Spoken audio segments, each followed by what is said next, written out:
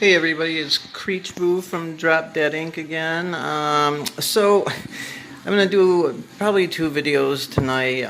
By the way, happy holidays to everybody, and thanks a lot to my newest followers, to all my followers. I much appreciate it. So not gonna waste any time with this one. I'm gonna talk a little bit because there's always these big discrepancies on YouTube about the stroke length on tattoo machines. What is the stroke length? What effect does the stroke length have? From when I'm one of the most like modest tattoo artists probably like on earth. So just to give you like a little bit of background, I've been tattooing. I was apprentice for like 3 years. And I've been tattooing now for like 22 years. I've been in Tattoo Magazine. There's some articles up here. That's actually me. That's me. Here's some of my work that's been in Tattoo Magazine. I just want to kind of like put it out there that I'm not like, a novice at this. So basically a lot of things and what inspired me actually to even create this channel is because I started watching all these tattoo how-to videos on this channel and on YouTube in general, and if I was a beginner and taking some of this advice, I would probably be lost, or I would definitely be not doing things correctly. And one of the biggest misinformations that there is out there about tattooing is when it comes to setting your stroke length, which is super important on the outcome of how your tattoos are going to come out, the difficulty you're going to have tattooing. It depends. It's like everything basically. So the stroke length basically in a nutshell is when your armature bar, which is this thing right here, and again, I'm not tattooing anybody. I would normally have gloves on, obviously. And it's important too when you're setting tattoo machines to actually have like a needle and tube in it, because you can actually get these things running perfect without a needle and tube in it, and then put the needle and tube on, and it's like a whole different story. Another thing, rubber bands. There are number 12 rubber bands that you should be using on coil machines. Not those kind that they sell in those big packs on Amazon that like they're all multicolored and you use one and wrap around a couple of times. They're not even the correct weight. And number 12 rubber bands you would get from any like good tattoo supplier are different than number 12 rubber bands you could buy at Walmart. So that plays an important role in it. And again, when you're using, if I'm setting my liners or shaders, I always use like a heavier needle grouping. So like I have this little 14 round beater needle and tube, I call it, that I use to set my machines with, because if it was like a 14 round or a 15 flat, there's very different in the weight of it. But the important thing is there's a lot of weight. So I can push a 14 round, I should be able to push a 15 flat. If I can push a 14 round shader, with a liner, I could probably push anything that I would normally line with. So like a heavier, a larger needle grouping is kind of important to use. This right here is my color packer. It's just this Unimax Apollo Generation 1. I normally don't plug any tattoo companies because I'm not sponsored by anybody, but Unimax is an awesome tattoo supplier. You can get products from them, www.unimaxsupply.com. And right now these machines, this particular machine, which is a first generation Apollo, I think you can get them for like $60. When I was buying them way back in the day, they were like almost $200. And this is the liner that I use with it, and this is Iron Star, but this particular one is brass. And right now these first generations I think are on sale for like $50, but check them out anyway, whatever. They have awesome quality tattoo supplies. So anyway, getting back to the stroke length. So again, the stroke length is how far, when this armature bar, which is this thing right here that your needle loops onto, when that's traveling back and forth, it's basically how far that travels in between hitting your skin. So, and a lot of the misconceptions that I see here on YouTube is basically how to set your liners and shaders is simply by pushing or pulling this forward, this armature bar pulling, well actually it would be backwards because this is all the front of your machine. So basically they say by pulling this away from the contact post, you should have about a nickel width, which you can obviously see that's not even close to a nickel width. And right now it's going to be kind of hard to see because it's a black armature bar, and I'm going to show you this little diagram. So basically the nickel and dime gap that you should be looking for, and now you'll be able to see this clearly when you're doing this in your studio or at home when this is running. If you watch the top of that armature bar, that little circle right there, and I'm going to try to get this, but I'm probably not going to, but I'll show you in a minute. So when that's running, if you look at it, you should almost be able to see like two of them, one on top of another. Let me see if I can kind of get it. And again, it's hard because it's black, which is why I use like colored armature bar nipples. So that's pretty hard to see, obviously, but you'll be able to clearly see it like when you're setting your own machine. So you'll see this armature bar, and it'll look like another one's on top of it when it's running. So right now, this is my color packer. That's probably about a 4.5 millimeter stroke length that I have on this. So basically, when it's running, I made this cool little chart here, and this is obviously way like upscaled. So basically, when you're looking at the top of that armature bar, when you see it, so you'll see this gap basically as it's running. The width of a nickel that you should be looking for is, so when that's running, you can hold it with one hand, take a nickel with your other hand, and kind of put it up to the side there, right there, without jamming it in your armature bar, obviously. And when that's traveling, if you can hold a nickel up to that and see like that kind of a gap, that's the gap that you should actually be looking for. That is your whole entire stroke length right there.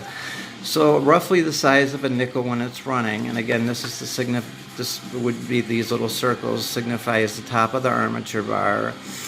The dime gap that you should be looking for, and again, now I have this as my liner, and it all really matters, frame styles do make a difference. It just matters, you just have to bend your springs until they're running right, basically. So this is my liner, which has a shorter gap as far as travel back and forth. So this is about a dime when it's going back and forth.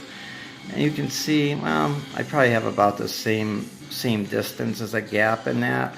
But believe me, I can assure you when this is running, the gap here is much shorter. So basically, if I were to hold a dime up to that as it's running, the dime gap you should be looking for isn't between your contact post and your front spring. It's the gap in between the distance of how far your armature bar is traveling. That's your stroke length right there. That is it in a nutshell. So basically, I made this cool little thing here, like 4.0, to 5 millimeter is a good color packer. 4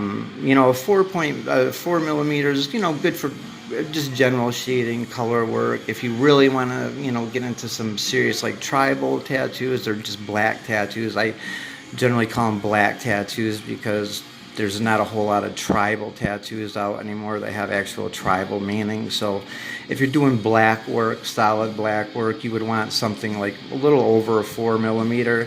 So that would basically mean when this is traveling back, when this is traveling back and forth, the gap in between there should be a little bit bigger than the width of a dime.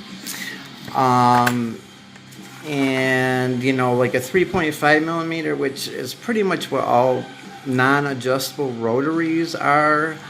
They're kind of okay for everything, but not really good for anything except gray wash. And from like a 3 millimeter to a 3.2 millimeter is like great for outlining. And you can see I have on the bottom here a little kind of crappy diagram of what would be a armature bar and like a contact post, and it says the gap between the contact screw and front spring is completely irrelevant if the stroke length isn't correct when running. So yeah, it is completely irrelevant.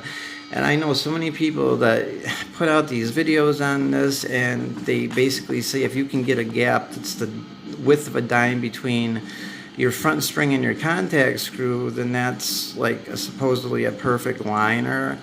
And like a nickel width would be, you know, the gap in between your front spring and your contact screw. That would be like a you know, perfect shader. It has nothing to do with that gap there. And this is probably one of the biggest like secrets in the, you know, world of tattooing that I'm telling you guys. And you know, I've had old artists say, you know, this was such a secret to me or whatever, and it was such a big thing when I was being taught, you know, and I've told artists, old school artists about this, that I put out videos about this stuff, and they're like, oh, you know, this is like one of our, you know, forbidden secrets of tattoo work, you know, and I say, well, you know, there's a lot of people out there getting into the tattoo business. I'd rather have people, you know what they're doing than, you know, I mean, there's people, if you're depending on that gap being between your front spring and your contact screw, there's people out there that are probably using like liners for shading and vice versa, or, you know, shaders are way too big of a gap. For instance, if I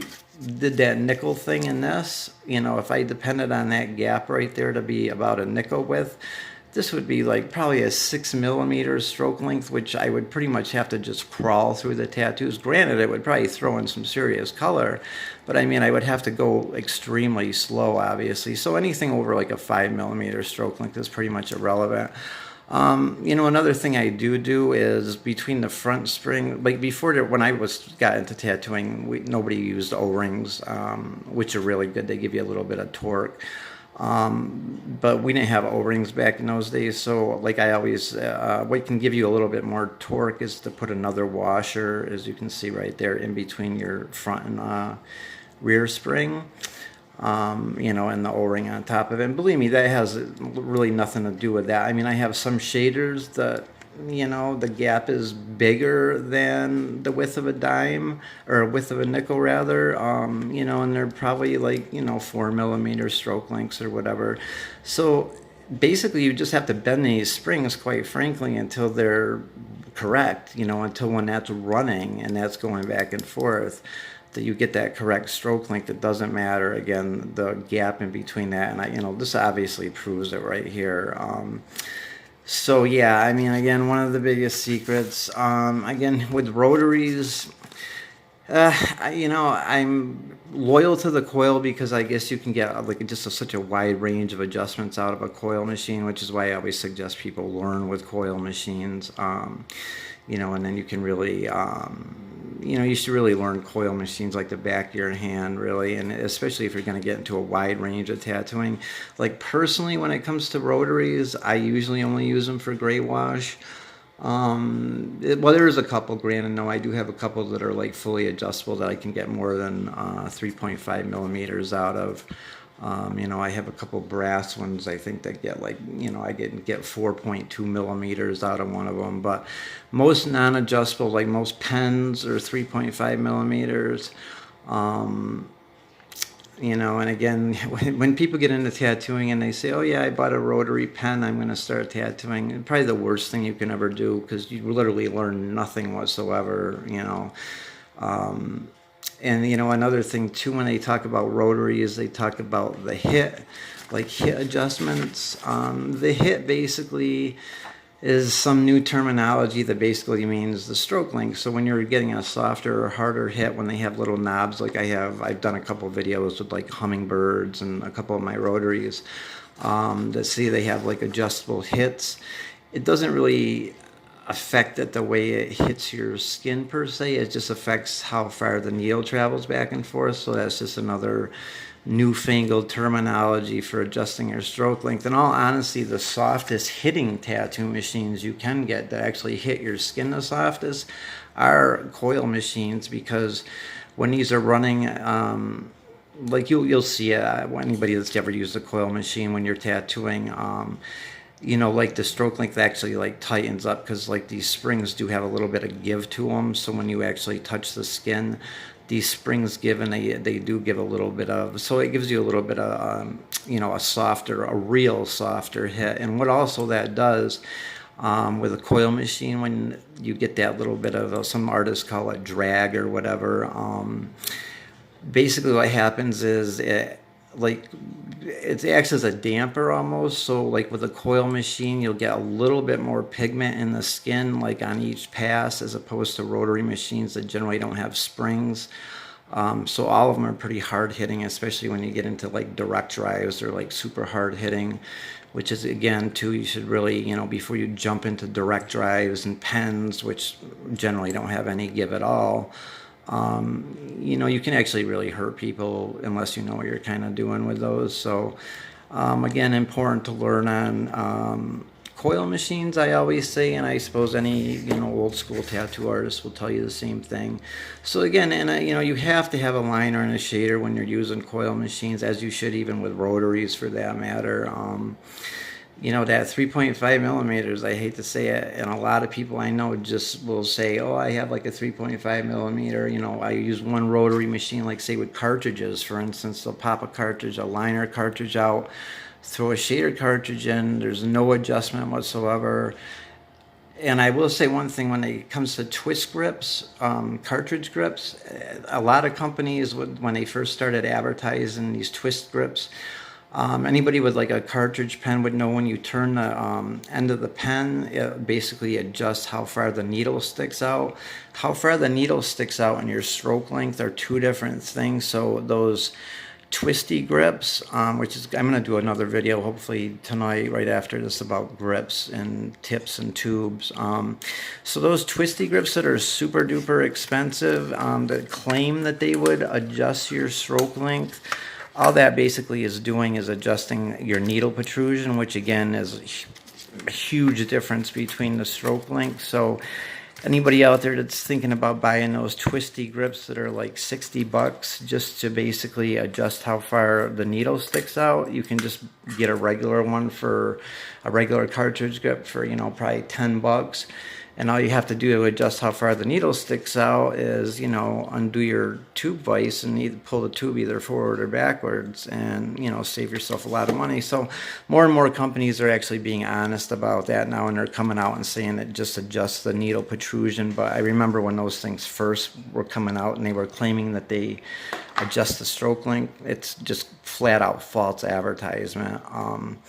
So yeah, be careful with that. And again, there's so many people getting into the tattoo business today. These companies, come out with these products, and I just often wonder why people even, spend the money on them. But it's because they try to make it be like, well, this is all you need, or this is some, magical thing, like these, I don't know. They have like these tools that you can stick up through here to, like, basically make your armature bar going straight, when it's traveling, and these tools are like $20. And I think if you can't see that your armature bar is off, you probably shouldn't be tattooing, period. You know what I mean? So yeah, and like I say, there's just so much out there now, and there's so much false advertisement. So yeah, like beware, you guys, or whatever. So again, this is kind of, I'm just going to leave this on this for a second, let you kind of see it. Again, when it's traveling, that's the nickel and dime gap you should be looking for. It has nothing to do with your front spring and your contact post, because if that's not correct, when it's traveling, again, this is your stroke length right here. How far the needle travels back and forth in between hitting your skin. That is completely all it is. So I'll let you kind of just check that out in case anybody wants to take like a little, whatever note of it. And again, this is massively upscaled just so you can see it. And again, you'll be able to see this when you guys are doing this, at your house or your studio or whatever. So when that's running like that, you'll almost be able to see it'll look like, another armature bar right on top of it, basically. And so for this being my liner, I should be able to hold a dime up to the side of that. And, it should be roughly, which it is, it should be roughly that, which is about a 3.2 millimeter if you get a dime in there. A little bit under is all right. Like once you get under, like, I know a lot of like direct drives, they have these little cams on top of them that are like adjustable cams that you can adjust the stroke length with, really. And they have them down to like 1.5 millimeter. Like I can't even fathom doing a tattoo with like a 1.5 millimeter stroke length. I personally don't see any use in that particular setting as far as body tattooing.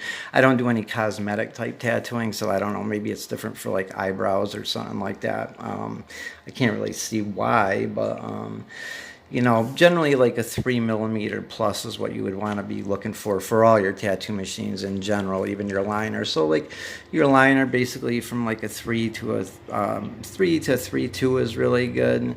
3.5, I mean, I do some line work. Like if I have a cartridge, I very seldom use one tattoo machine, but like say if I do use the one pen that I have now, you know, like I'll only do gray wash type tattoos with that, and like, you know, I'll just pop a liner needle out and put another one in. You know, I do line work with a 3.5 millimeter because that's actually the pen I have now adjusts to a 4 millimeter, which is a rarity to have a fully adjustable pen. It's not actually fully adjustable. It's either a 3.5 or 4 millimeter.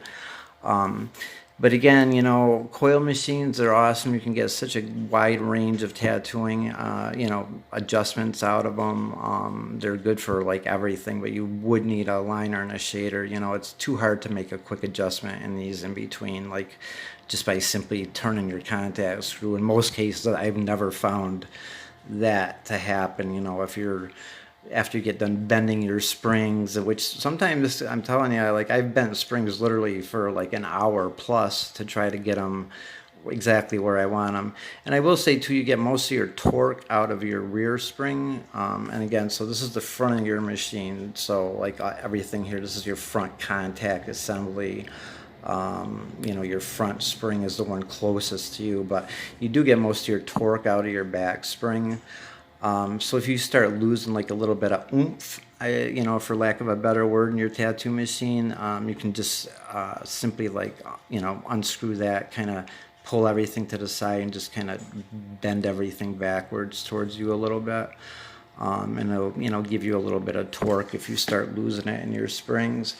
You know, it's always good too with your coil machines, you know, kind of check after you get done. Like when I get done with a tattoo, whether it's with a rotary or a coil machine, I always like kind of just tighten everything up and check it over. You know, you want to look for little like hairline cracks that usually in your springs they'll kind of happen like around here, especially if you just use thin washers on them.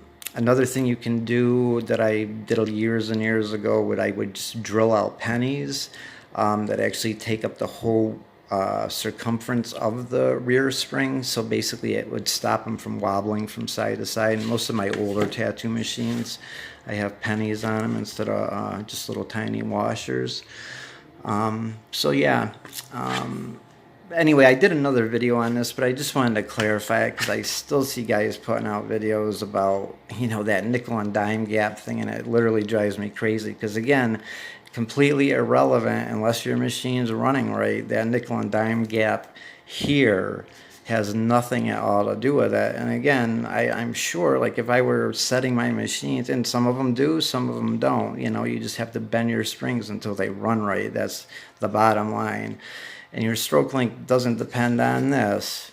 It depends on, because your stroke length is in fact the length of travel in between your armature bar right here when your needle's, you know, when it's actually running. So very important. You know, if you see anybody out there putting out these videos that are the nickel and dime thing, maybe, you know, correct them, or, you know, have them check my channel out or whatever. I don't know. And again, you know, it's after 20 something years, I kind of like to think I know about, you know, I mean, basically when I was apprenticing, like the final stage of my apprenticeship was, before I could even actually tattoo myself, was like basically being blindfolded and have a coil machine completely tore apart, you know, washers and everything all off it, and have to put it together and actually, you know, just have it at least together and running, maybe not so much the stroke length, but to have it together running blindfolded, you know. And so yeah, I mean, I like to think after all these years I at least